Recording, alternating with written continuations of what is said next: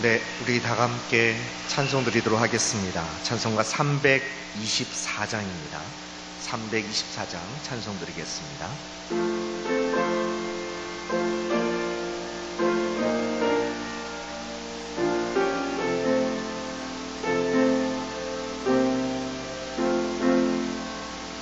예수 나를 오라 하네.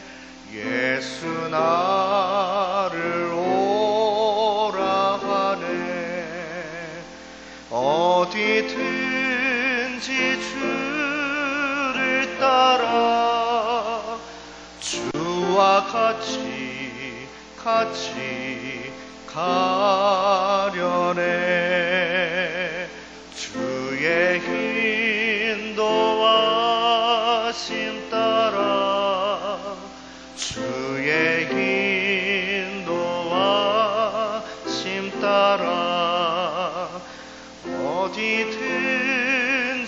주를 따라 주와 같이 가려네. 겟세마네 동산까지 주와 함께 가려 하네. 피땀 흘린 동산까지 주와 함께 가려네. 주의 인도하심 따라 주의 인도하심 따라 어디든지 주를 따라 주와 같이 가려네. 심판하실 자리까지 주와 함께 가려 하네. 심판하실 자리까지 주와 함께 가려네. 주의 인도하심 따라 주의 인도하심 따라 어디든지 주를 따라 주와 같이 가려네. 주가 크신 은혜 내려 나를 항상 돌보시고 크신 영광 보여주며 나와 함께 가시네. 주의 인도하심 따라 주의 인도하심 따라 어디든지 주를 따라 주와 같이 가려네.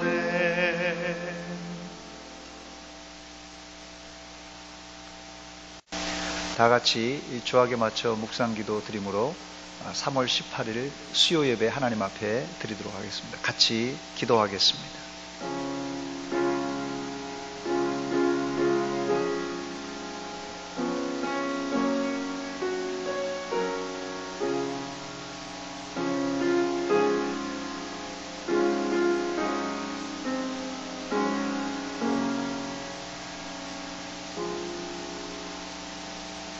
환난 날에 나를 부르라.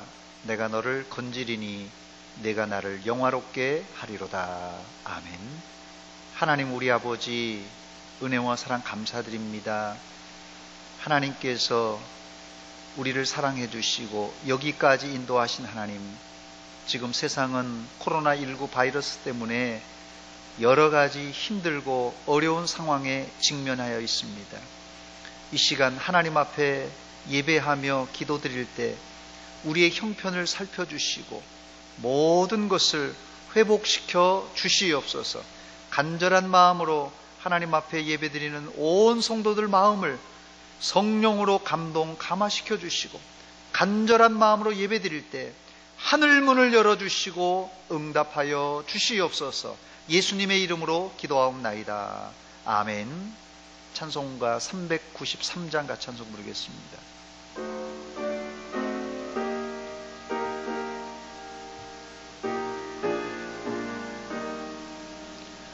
오 신실하신 주 내 아버지여, 늘 함께 계시니 두려움없네. 그 사랑 변찮고 날 지키시며 어제나 오늘이 한결같네. 오 신실하신 주, 오 신실하신 주, 날마다 자비를 베푸시며 일용할 모든 것 내려주시니 오 신실하신 주, 나의 구주. 봄철과 또 여름, 가을과 겨울, 해와 달 별들도 다 주의 것. 만물이 주 영광 드러내도다. 신실한 주 사랑 나타내네. 오 신실하신 주, 오 신실하신 주, 날마다 자비를 베푸시며 일용할 모든 것 내려주시니 오 신실하신 주, 나의 구주. 내 죄를 사하여 안위하시고 주 친히 오셔서 인도하네. 오늘의 힘되고 내일의 소망, 주만이 만복을 내리시네. 오 신실하신 주, 오 신실하신 주, 날마다 자비를 베푸시며 일용할 모든 것 내려주시니 오 신실하신 주, 나의 구주. 오늘 우리에게 주실 하나님의 말씀은 신약성경 마태복음 제3장 13절로 17절까지 제가 말씀을 봉독해 드립니다. 마태복음 제3장 13절로 17절까지 제가 말씀을 봉독해 드리겠습니다. 이때 예수께서 갈릴리로부터 요단강에 이르러 요한에게 세례를 받으려 하시니 요한이 말려 이르되 내가 당신에게서 세례를 받아야 할 터인데 당신이 내게로 오시나이까? 예수께서 대답하여 이르시되 이제 허락하라. 우리가 이와 같이 하여 모든 의를 이루는 것이 합당하니라 하시니 이에 요한이 허락하는지라. 예수께서 세례를 받으시고 곧 물에서 올라오실새 하늘이 열리고 하나님의 성령이 비둘기같이 내려 자기 위에 임하심을 보시더니 하늘로부터 소리가 있어 말씀하시되 이는 내 사랑하는 아들이요 내 기뻐하는 자라 하시니라. 아멘. 함께 기도하겠습니다. 하나님 우리 아버지, 은혜와 사랑 감사드립니다. 코로나19 바이러스가 창궐하지만은 우리를 지켜주시고 우리 가정을 지켜주시고 우리 교회와 이 민족을 지켜주신 것 감사드립니다. 하나님, 저희들 이 시간 하나님 앞에 마음과 뜻과 정성을 모아 영과 진리로 예배드리오니 우리 예배를 통하여 홀로 영광받아 주시옵소서. 또한 이 예배를 통하여 우리에게 주실 말씀과 하나님의 은혜를 우리가 생생하게 체험하는 이 시간 되게 하여 주시옵소서. 말씀을 전하는 자나 듣는 자가 한결같이 은혜 받게 하여 주시옵소서. 예수님의 이름으로 기도하옵나이다. 아멘. 할렐루야. 코로나19 바이러스가 창궐하는 때에 영상으로나마 여러분들을 만나게 돼서 정말 반갑고 감사를 드립니다. 그동안 주 안에서 안녕하셨습니까? 우리에게 닥친 이 고난의 터널이 긴 것 같지만 참고 인내할 때 곧 밝은 빛을 보게 될 줄 믿습니다. 고난의 터널을 이 기도함으로 잘 견디셔서 여러분들의 신앙이 이번 어려움을 통하여 한 단계 더 도약하시기를 주의 이름으로 축원합니다. 수요일에 제가 소요리 문답을 강해하고 있는데 지난번 설교 때 하나님은 어떤 분인가, 하나님은 어떤 분인가에 대해서 말씀을 드렸습니다. 이 소요리 문답 제 4번인데요. 하나님은 어떤 분인가? 여기에 대한 답이 있죠. 하나님은 신이신데, 하나님은 영이신데 그의 존재하심과 지혜와 권능과 거룩하심과 공의와 인자하심과 진실하심이 무한하시며 무궁하시며 불변하시다라는 답입니다. 제가 하나님은 신이시다 혹은 하나님은 영이시다라고 전제하고는 하나님의 이 두 가지 속성에 대해서 말씀을 드렸습니다. 하나는 공유적인 속성, 또 하나는 비공유적인 속성이었습니다. 이 공유적인 속성이란 말은 하나님과 인간이 함께 가지고 있는 이 특징을 말하는데, 비공유적인 속성은 하나님만 가지고 있는 고유한 속성을 말합니다. 예를 들면 이 공유적인 속성은 인간도 가지고 있는 지혜, 지식, 사랑, 긍휼 등입니다.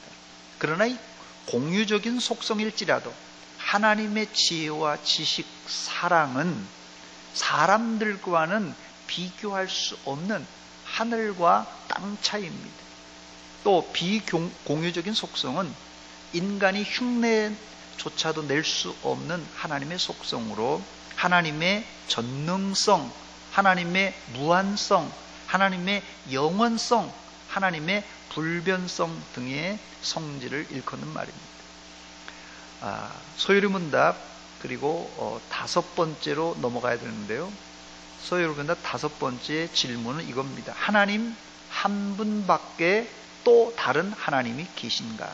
하나님 한 분밖에 또 다른 신이 있는가라는 질문입니다. 여기에 대한 답은 하나님은 한 분이시니 참되시며 살아계신 하나님이시다라는 것이 정답입니다. 제가 여러분에게 질문을 하겠습니다. 여러분이 답해 주시기 바랍니다. 문제 5번입니다. 하나님 한 분밖에 또 다른 하나님이 계십니까? 답변을 해보시기 바랍니다. 답을 한번 보여주시기 바랍니다. 하나님은 한 분뿐이시니 참되시며 살아계신 하나님이시다. 이게 정답입니다. 이 문제 5번의 요점은 세상에 잡신들이 많지만은 하나님이 유일한 하나밖에 없는 참신이라는 것을 강조하는 이 질문입니다. 이 문제 5번은 이 정도로 넘어가고 오늘은 이 소요리 문답 6번 문제를 다루도록 하겠습니다. 첫 번째 이 소요리 문답 6번은 하나님의 신격에 몇 위가 계신가라는 질문입니다. 여기에 대한 답변은 하나님의 신격에 3위가 계시니 성부와 성자와 성령이신데 이 3위는 한 하나님이시다. 본체는 하나요 권능과 영광은 동등이시다가 이 답변입니다. 오늘 그래서 이 설교 제목을 삼위일체 하나님이라 이렇게 잡았습니다. 삼위일체 하나님.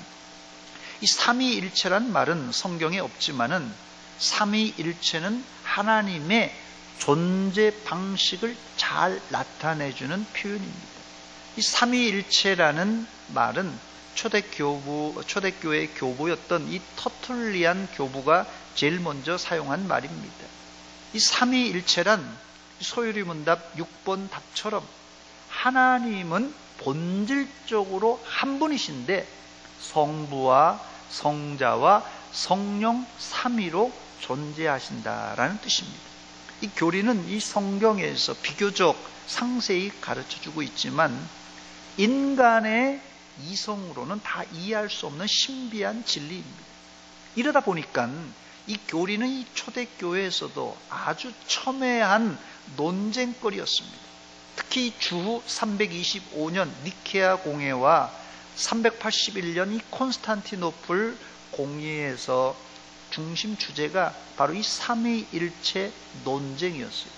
소위 아리우스와 아타나시우스라는 사람이 다투었다고 해서 이 아리우스와 아타나시우스 논쟁이라고 부르기도 합니다. 논쟁 끝에 주 325년 니케아 회의에서 결정된 사항이 무엇입니까? 니케아 신조를 제가 간략하게 말씀드립니다. 일부만 제가 말씀드립니다.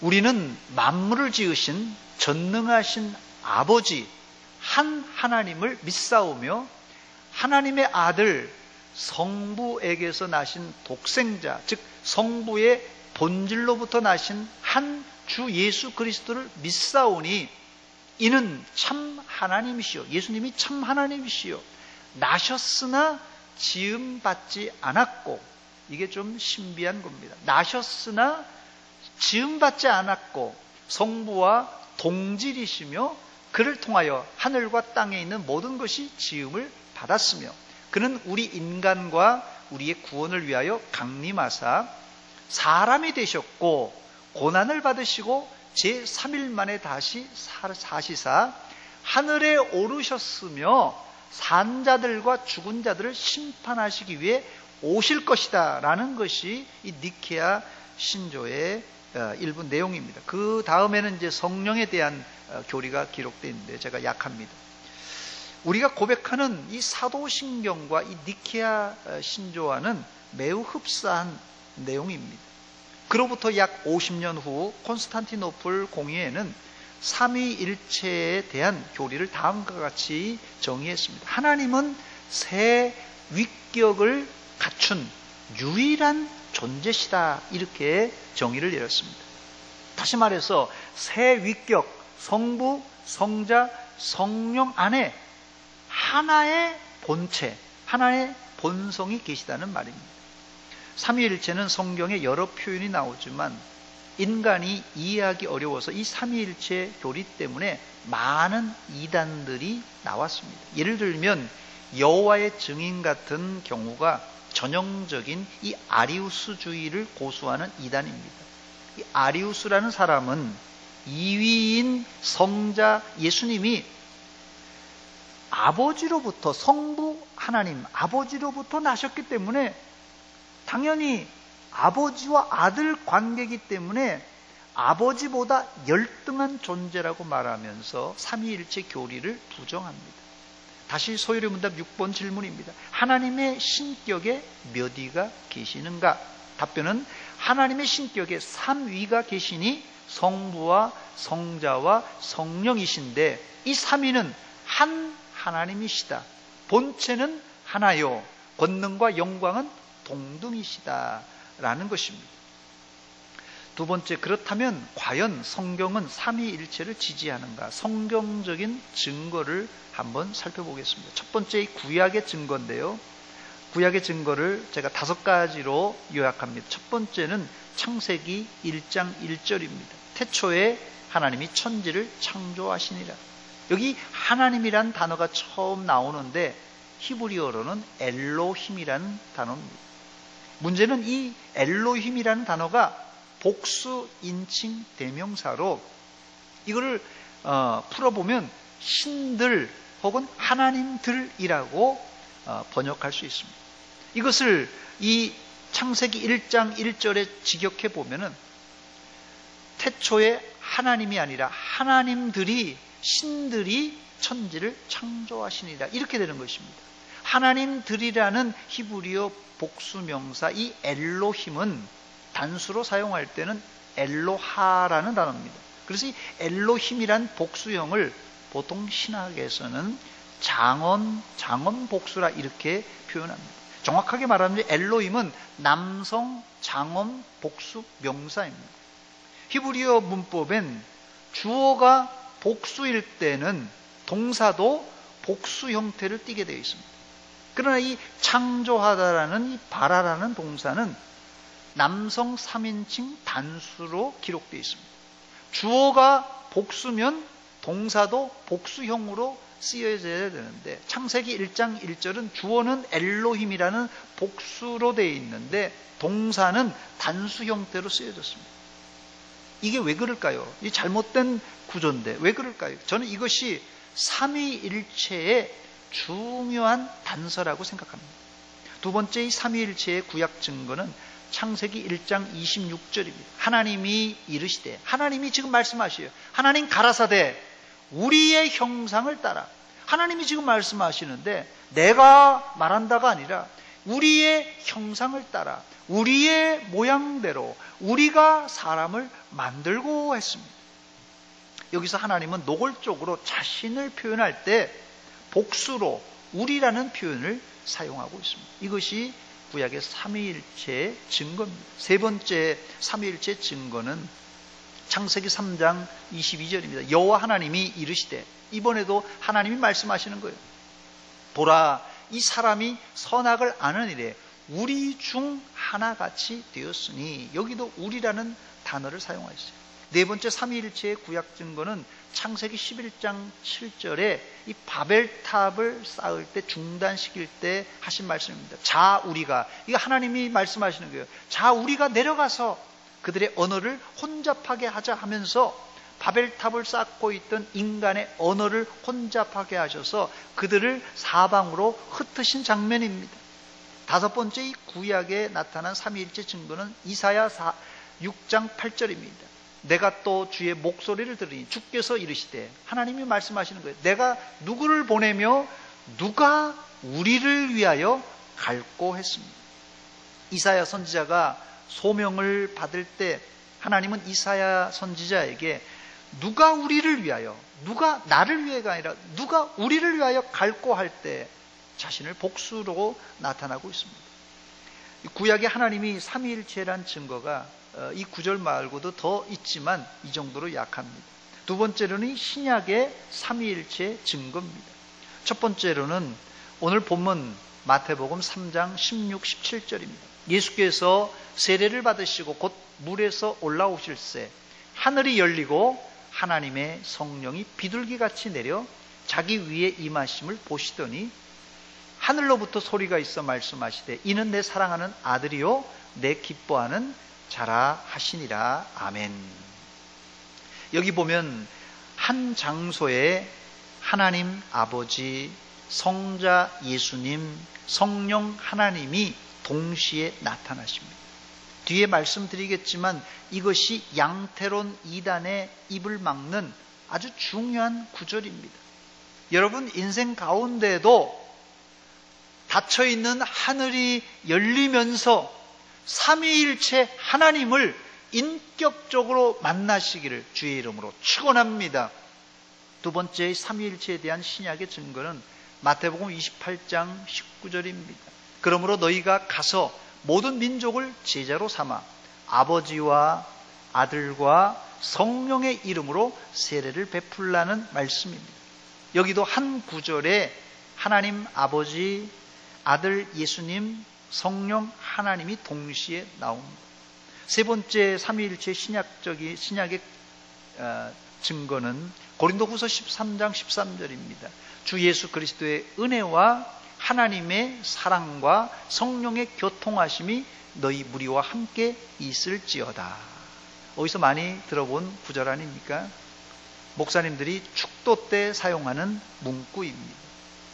그리스도의 주 예수 그리스도의 은혜, 하나님의 사랑, 성령 하나님의 교통, 이것이 무리들에게 있기를 축원하는 내용입니다. 세 번째, 이 삼위일체 이단인 아리우스와 양태론 이단에 대해서 잠시 살펴보겠습니다. 첫 번째, 이 아리우스 이단인데요. 이 아리우스 사상의 핵심은 뭐냐면 아까도 잠깐 말씀드렸듯이 유일하신 아버지 하나님만이, 그러니까 하나님을 중심으로 하나님이 최고라는 거예요. 유일하신 아버지 하나님만이 완전하시고 태어나지 않으시고 영원한 통일체이시기 때문에 독생하신 아들은 어떤 의미에서든지 그 통일체에서 나온 종속적이고 열등한 존재라는 것이 아리우스 신학의 중심 내용입니다. 어쩌면 이성적이고 합리적인 면에서는 이 아리우스의 이론이 상당히 설득력이 있습니다. 아버지와 아들의 차이를 아는 것은 뭐 어린아이들, 삼척동자도 아는 내용입니다. 그래서 이 아리우스는 성자 예수님은 아버지로부터 출생했기 때문에 존재하지 않았던 때가 있었다고 주장합니다. 단, 이 성자 예수님은 피조물 중에 머리가 되는 첫 번째 피조물이라 이렇게 말하고, 성령님은 하나님 아버지와 아들 예수님을 통한 첫 번째 피조물이라 이렇게 말합니다. 완전히 삼위일체를 부정하는 이론입니다. 당시 이 가르침은 이 100여 명의 주교와 지지자들의 지지를 받았기 때문에 아리우스가 이단으로 정죄되자 당시 초대교회는 상당히 큰 혼란에 휩싸였습니다. 두 번째 이단은 양태론 이단입니다. 아마도 여러분들이 주일학교 때 들었던 삼위일체의 비유는 10중 8구 이 양태론에 의거한 비유였을 것입니다. 저도 어릴 적에 그렇게 배웠어요. 예를 들면 이 물이라는 H2O가 고체일 경우에는 얼음으로, 상온에서는 액체로, 또 끓이면 수증기로, 기체로 존재한다는 것처럼 이렇게 한 가지 물질이 세 가지 종류로 나타날 수 있다. 이게 물은 하나고 나타나는 표현은 세 가지니까 삼위일체, 이렇게 물을 가지고 삼위일체를 설명하기도 하고, 또 하나님은 구약엔 성부 하나님으로, 신약엔 성자 예수님으로, 교회 시대는 성령 하나님으로 존재한다고 주장합니다. 상당히 설득력 있는 비유입니다. 또 이런 설명도 들어보았을 것입니다. 제가 교회에서는 목사고 가정에서는 아이들에게 아버지가 되고 저희 부모님에게는 아들로 불려지듯이 하나님이 어떨 때는 성부로, 어떨 때는 성자로, 어떨 때는 성령으로 존재한다는 설명입니다. 그러나 이런 설명은 양태론 이단들이 주장하는 내용입니다. 양태론은 제3세기에 사벨리우스라는 사람이 가르친 이론으로, 그는 절대 유일신 하나님이 구약에서는 이제 아버지로, 신약에서는 아들로, 교회 시대에는 성령으로 나타났다고 주장합니다. 그러니까 한 분이신 하나님이 역사 속에서 세 가지 역할을 했다는 말이에요. 즉 사벨리우스는 하나님이 어떨 때는 아버지로, 어떨 때는 아들로, 어떨 때는 성령으로 표현하며 한 하나님의 세 가지 역할을 강조했어요. 그래서 이 이론을 양태론, 모달리즘이라 이렇게 불렀습니다. 그러나 이 이론은 주 262년에 이단으로 정제되었습니다. 그렇다면 과연 이 비슷비슷한 것 같은데 다른데, 이단이 이게 비슷비슷한데 다릅니다. 과연 그렇다면 삼위일체란 정확하게 뭐냐? 이렇게 질문을 하고 싶을 것입니다. 물이 세 가지 상태로 존재하는 것은 물의 세 가지 존재 양식입니다. 또 제가 목사로, 아버지로, 아들이 되는 것은 저의 세 가지 역할을 의미하는 것이지 삼위일체를 설명하는 것은 아닙니다. 그렇다면 어떻게 해야 삼위일체 하나님을 설명할 수 있겠습니까? 이 삼위일체란 하나님의 존재 구조 안에 아버지, 아들, 그리고 성령이 계시다는 것이며, 또 이 세 분은 존재적으로 또 기능적으로 서로 긴밀하게 관련되어 계시어서 한 분이시다, 그런 뜻입니다. 좀 이해가 될지 모르겠는데요. 그래서 저는 이 삼위일체를 설명하기 위해서 여러 가지 본문 중에 오늘 본문을 잡았습니다. 오늘 본문이 예수님의 세례 장면을 보여주는 건데, 이 세례 장면에 누가 나타납니까? 첫 번째는 하늘이 열리면서 성령이 하늘에서 비둘기 같은 모양으로 성령님께서 내려오시고, 또 하늘에서 하나님 음성이 들려옵니다. 자, 예수님은 지금 세례를 받으시고 물속에 올라오실 때 하늘이 열리며 성령이 비둘기같이 형상으로 내려오시고 하나님 아버지의 음성이 들려옵니다. 아버지, 아들, 성령 세 분이 동시에 나타났습니다. 동시에. 이것은 양태론으로는 설명할 수가 없습니다. 예수님의 세례 장면에 삼위 하나님은 각각 자신의 주체적 정체성을 가지고 나타났어요. 그건 성부로, 성자로, 성령으로 아주 주체적인 정체성을 가지고 나타났습니다. 이것을 신학적으로 현현이라 그럽니다. 현현. 하나님께서 자기를 보여주는 이런 방식이에요. 자기를 보여주는 방식.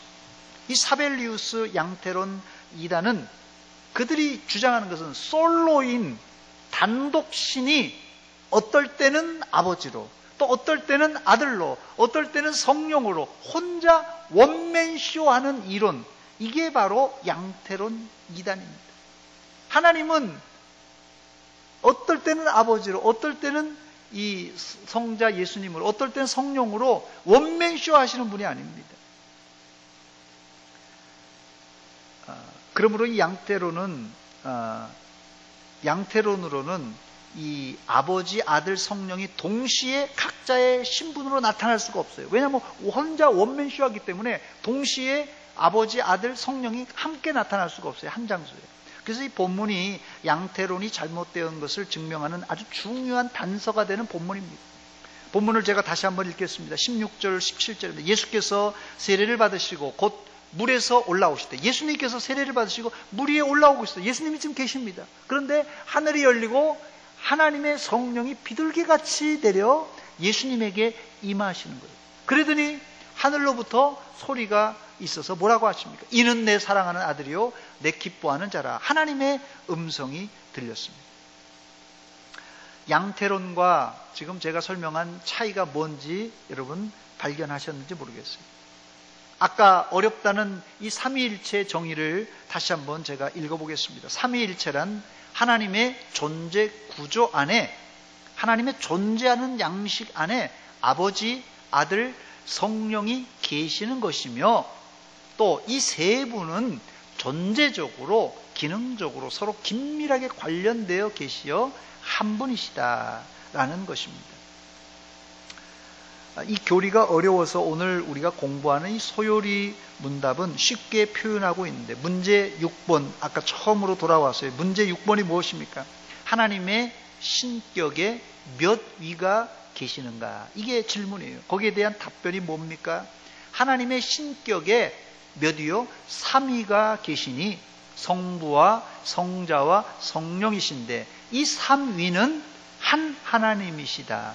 본체는 하나요, 권능과 영광은 동등이시다라는 답변입니다. 즉 하나님은 세 분이 한 분으로, 한 분이 세 분으로 영원부터 영원까지 존재하는 분입니다. 이게 신비예요. 하나님이 세 분이 한 분으로, 한 분이 세 분으로 영원부터 영원까지 존재하십니다. 이제 말씀을 맺도록 하겠습니다. 삼위일체를 깊게 공부하면 공부할수록 사실 이게 명쾌하게 우리를 깨닫게 하는 게 아니라 사실 헷갈리는 부분이 많습니다. 삼위 하나님은 한 분인가? 그렇다면 세 분인가? 이렇게 보면 한 분인 것 같기도 하고 저렇게 보면 세 분인 것 같기도 하고, 그래서 이 켈빈 선생도 기독교 강요에서 하나님을 한 분이라 표현하기도 하고 유일한 하나님이라 표현하기도 하고 또 세 분이라는 말도 기록하고 있어요. 그런데 사실은 성경에 그렇게 증거하고 있습니다. 하나님이 한 분이라고 신명기를 비롯해서 여러 군데에서 하나님은 한 분, 유일한 한 분이라고 강조하지만 또 여러 군데에서 제가 설명한 대로 우리라는 표현, 복수라는 표현을 통하여서 여러 군데에서 세 분이라고 또 나타나기도 합니다. 이것을 요약하면 하나님은 인격, 위격으로 하면 세 분이라고 할 수 있고 본질을 나타내는 말로는 한 분이라고 할 수 있습니다. 그러나 이것은 이론적으로 제가 지금 말씀드려서 구분한 거지만 삼위일체는 신비한 하나님의 존재 방식이라고밖에 설명할 도리가 없습니다. 성경에는 하나님께서 확실하게 드러내지 않은 것들이 있는데 이것을 인간이 지나치게 알려고 하는 것도 아마 하나님이 기뻐하지 않으실 것입니다. 단지 우리는 하나님의 신격에 삼위로 계시니 성부와 성자와 성령이신데 이 삼위는 한 하나님이시다. 본체는 하나요. 권능과 영광은 동등하시다. 이렇게 이해하면 될 것입니다. 코로나19 바이러스 때문에 지금 마음 놓고 외출도 못하고 있는 상황입니다. 그러나 성부, 성자, 성령 삼위로 계신 한 하나님이 저와 여러분들을 이런 어려운 가운데서도 세상 끝날까지 지켜주실 줄 믿습니다. 지켜주실 뿐 아니라 천국까지 인도하실 줄 믿습니다. 여러분들은 이 삼위일체 교리를 내 신앙의 중심 고백으로 받아들이시면서 고난 가운데서도 찬송하며 감사하며 지내시기를 주의 이름으로 축원합니다. 축원합니다. 같이 기도하겠습니다. 하나님 우리 아버지 은혜와 사랑 감사드립니다. 저희가 하나님의 말씀을 읽고 듣지만 이 신비한 삼위일체 교리에 대해서 우리가 확실하게 알지 못했는데 오늘 이 말씀을 통하여서 우리가 삼위일체 교리를 배우게 된 것 감사드립니다. 성부 하나님, 성자 예수님, 성령 하나님께서 각각 인격적으로 위격으로 존재하지만 한 하나님으로 본체로 계시다는 것을 믿음으로 받아들이며 그 삼위일체 하나님을 우리의 신앙의 고백으로 삼고 그 삼위일체 하나님을 우리 생활 가운데 생생하게 만나는 우리 성도들 다 되게 하여 주시옵소서. 예수님의 이름으로 기도하옵나이다. 아멘. 찬송가 27장 같이 부르겠습니다.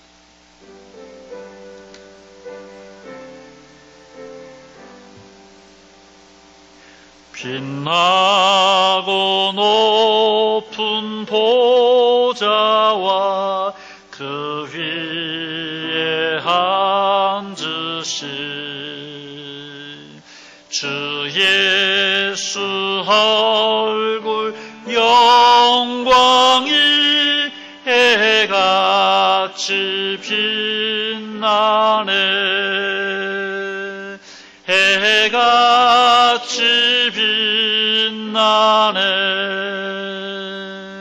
지극히 높은 위엄과 한없는 자비를 무천사 소리 합하여 늘 찬송 드리네. 늘 찬송 드리네. 영축을 나를 살리려 그 영광 떠나서 그 부끄러운 십자가 날 위해 지셨네. 날 위해 지셨네. 나 이제 생명 있음은 주님의 은혜요. 저 사망 권세 이기니 큰 기쁨 넘치네. 큰 기쁨 넘치네. 주님의 보좌 있는데 전한 몸 이르러 그 영광 몸소 배울 때 내 기쁨 넘치리. 내 기쁨 넘치리. 아멘.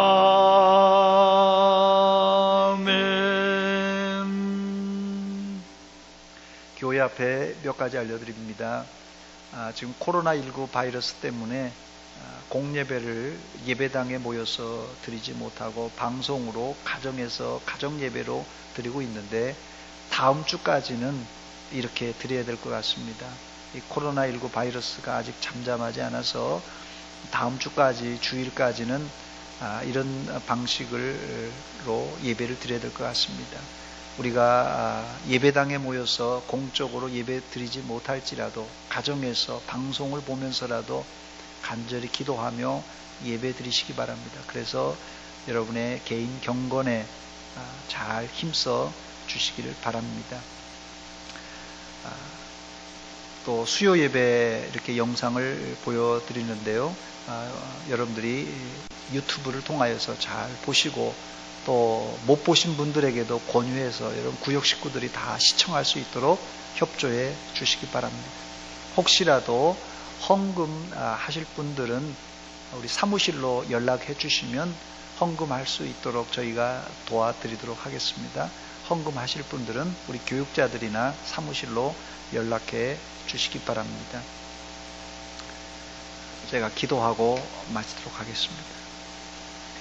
이제는 우리 구주 예수 그리스도의 은혜와 하나님 우리 아버지의 극진하신 사랑과 성령 하나님의 교통하심이 오늘 하나님의 말씀을 듣고 성부 하나님으로 성자 예수님으로 성령 하나님으로 계시지만 한 하나님인 것을 고백하며 그 하나님을 나의 하나님으로 섬기기를 소원하는 사랑하는 성도들 머리 위에와 저들의 가정 위에 이제로부터 영원토록 함께 있을지어다. 아멘.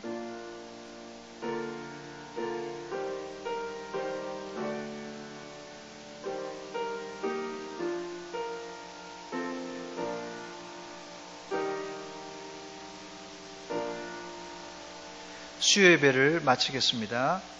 평안한 가운데 잘 지내시기 바랍니다. 감사합니다.